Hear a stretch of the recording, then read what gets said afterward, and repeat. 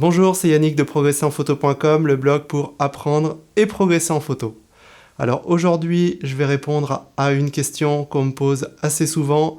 Yannick, où est-ce que tu achètes ton matériel photo? Je ne sais pas trop si c'est bien d'acheter sur internet, en magasin, quel site sur internet, etc. Donc eh bien, je vais vous dire ce que je fais, les choses à faire et à ne pas faire dans cette vidéo pour acheter votre matériel photo. Alors si vous débutez ou si vous avez déjà un bon niveau mais vous aimez bien être conseillé, être rassuré sur vos choix, eh bien évidemment je vous conseille d'aller en magasin, mais par contre pas dans n'importe quel magasin. Je vous conseille d'aller déjà dans un magasin spécialisé photo. Alors même si parfois dans les grandes enseignes qui vendent de l'électroménager, on peut tomber sur un bon vendeur, il se peut que vous tombiez sur son remplaçant qui d'habitude est au rayon réfrigérateur ou lave-vaisselle, donc forcément vous allez être bien moins conseillé. Alors quand on s'y connaît un petit peu, on voit tout de suite, mais par contre, quand on débute, eh bien, on ne sait pas forcément, voilà, on fait confiance au vendeur. Donc, si vous débutez, allez vraiment dans un magasin de photos. Après, je vous conseille aussi de faire 2 magasins au minimum pour avoir des avis différents. Et puis, il se peut que dans certains magasins, heureusement, ça n'arrive pas très souvent, mais ça arrive quand même, eh bien que le vendeur veuille absolument vous vendre un modèle parce que celui que vous voulez, il ne l'a pas en stock, ou alors il y a des modèles qu'il a besoin d'écouler. Donc, dans ces cas-là, moi, je vous conseille de rien acheter tant que vous n'avez pas fait au moins 2 magasins. Comme ça, eh bien, vous aurez eu des avis différents et vous aurez eu le temps de réfléchir entre-temps.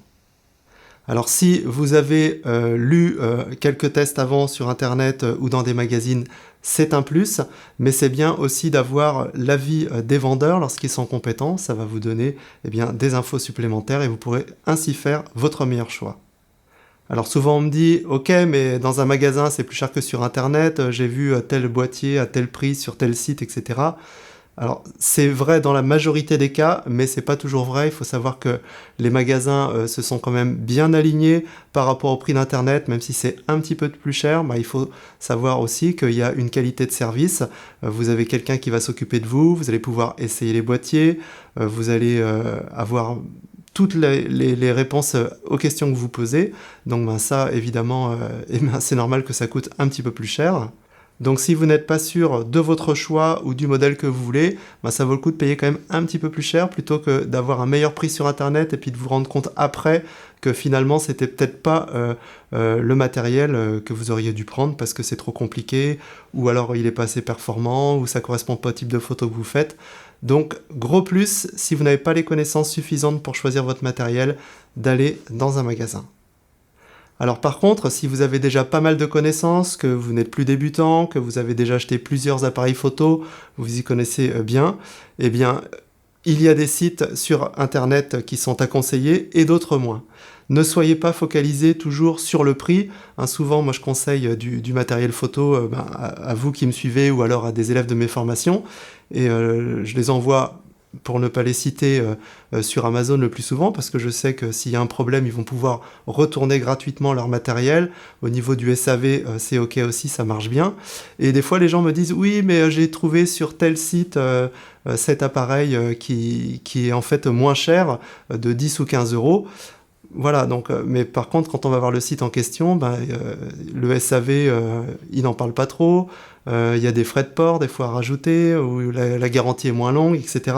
Donc attention, quand vous choisissez votre site sur Internet, prenez un site connu. Donc on a dit Amazon, il y a Miss Numérique, Digixio, etc., etc. Je ne vais pas tous les citer. Si vous y connaissez, vous savez quel site il y a. Je les mettrai en description et sous la vidéo sur le blog. Comme ça, voilà, je vous mettrai les sites de confiance. Pour moi, je ne les ai pas tous testés, mais ça vous donnera déjà une bonne base si vous ne savez pas où acheter.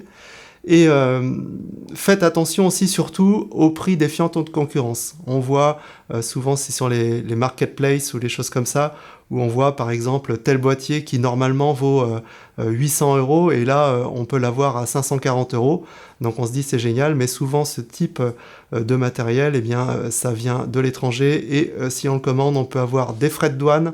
Donc ça c'est pas toujours mentionné, ou alors ils disent que peut-être vous aurez des frais de douane, c'est écrit en petit. Donc faites bien attention parce que les frais de douane, du coup ça va combler la différence.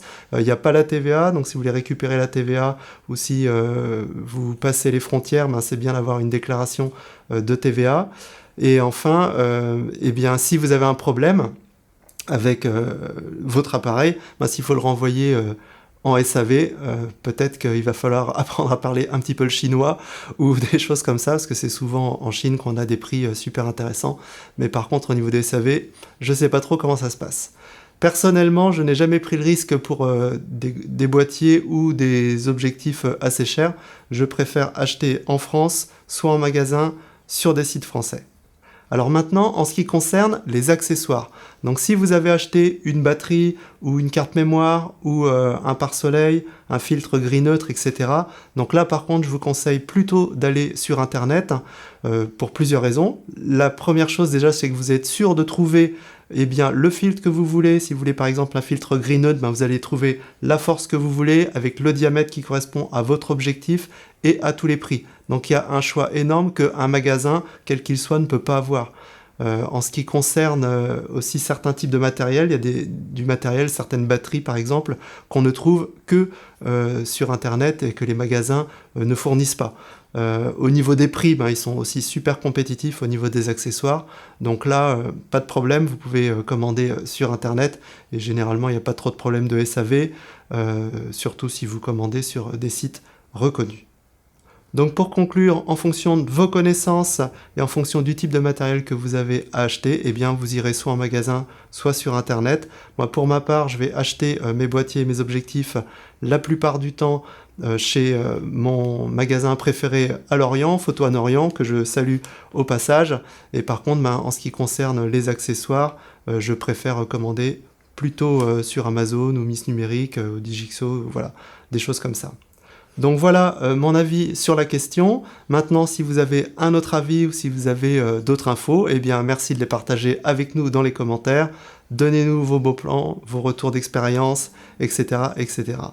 Moi, je vous dis à bientôt pour une nouvelle vidéo. Bon achat et bonne photo. Salut!